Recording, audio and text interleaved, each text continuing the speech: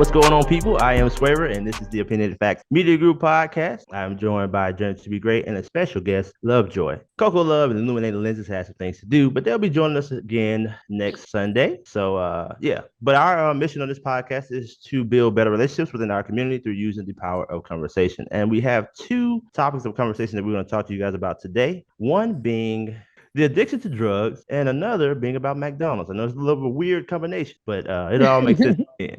So we're going to start out with drug addiction. So what you got for us, Journey? Well, this article that I came across is on a website called slate.com, and it's called The Woman on the Line. So I don't know if y'all have ever experienced any type of addiction. Me personally, I had an uncle that passed away from cirrhosis of the liver. He was an alcoholic. So I know how that can be stressful on the family. And when he was going through the whole alcohol thing, I was a little girl. I never seen any violent behavior. I never seen anything outrageous. When he came around, I just smelled alcohol. Didn't think a whole lot of it. But he had an addiction and he unfortunately, passed away from it. But anyway, the article that I read on slate.com is called The Woman on the Line. And it talks about this lady named Jessie Blanchard who lives in Albany, Georgia.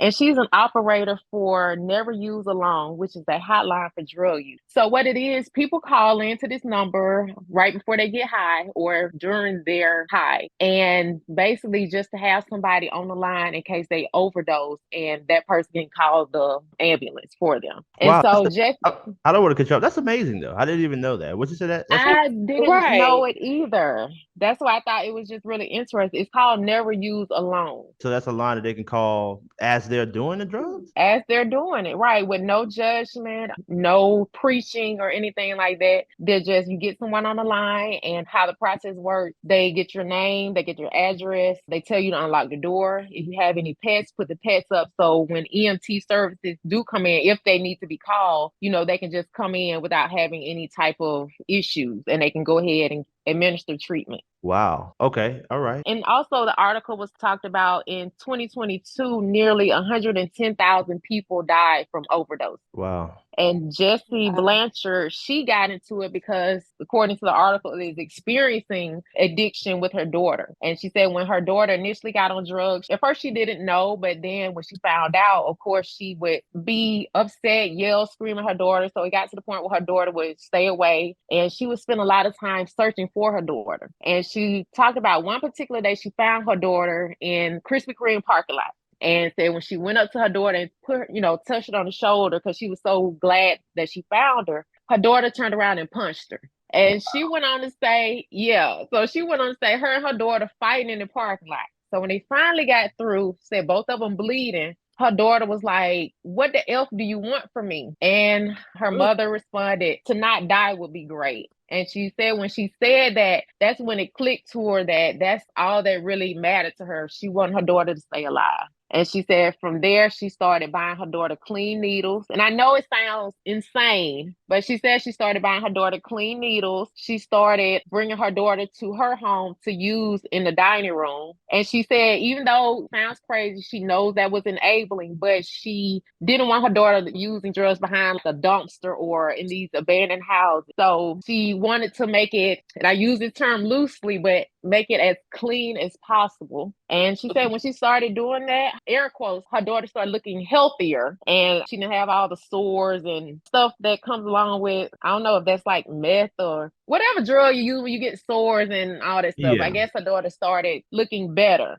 So according to the article at the time, I'm not sure exactly when it was wrote, but her daughter was still on drugs, but I guess she's better in a certain sense or whatever. But I kind of want y'all take on it because you can't force someone to stop, but even providing an environment so they won't die and possibly give them another chance to come to their own conclusion that I want to do better. I don't want to continue doing drugs. Or is this just straight out just enabling and that person needs help too? Man, that's hard. I mean, I'm sitting here listening. First of all, thank you for sharing that with the community because I had no idea. But this whole thing about helping her, I don't know, man. That's hard because I'm trying to imagine having a child that's struggling with that and then saying, well, here's a needle. I mean, at least use a clean one. Like, I don't know if I could see myself doing that. But at the same time, I see exactly what she's saying. It's like, man, right. you don't want a child to die out here alone. So, yeah. That's what I say. I get Right. it, but it's still like, yeah. Yeah, It's so kind of one of those situations where they gonna do it regardless. So do I make it safer for them to do it? And of course, being a parent, you don't want to be around it. But like you said, do I want to find my daughter behind a dumpster? Do I want an anonymous phone call of, hey, we found this body? Like, you don't want that. So like, all right, let me see if I could provide clean needles, which is kind of twisted in an okay way. yeah, that's crazy. Yeah. And then Well, also looking at it from the perspective, well, if she does overdose, I can call someone, hopefully to get them here in Right. time to revive her. and I don't know what to say about that, but I want to ask our listeners, what would you do in this situation? Would you, I don't even know how to even say it. Would you enable your child? Or, I mean, how do you even deal with this? So I want to know from the Yeah. audience, like, what do you guys think? Do you enable them or do you just write them off? I don't know. So, well, we're going to move on to another addiction. Or maybe it's not an addiction, but I know some people really love this place. We're going to be talking about McDonald's. Now, I want to ask you guys this. Was McDonald's like one of your favorites when you were young? Yes. Yes.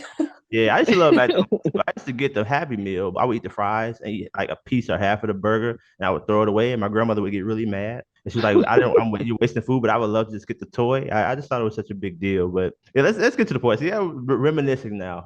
Yeah, the old day. But anyway, McDonald's is the largest fast food chain in the world, and it has an estimated net worth of over $200 billion, which is crazy. And also, they did a survey, and they said that McDonald's has the best fries. So I want to ask y'all that: do y'all believe that McDonald's has the best fries? I don't think so. I I would say used to they think do. that. I used to think that, but I no longer think that. Okay, so who you think is beating out McDonald's right now?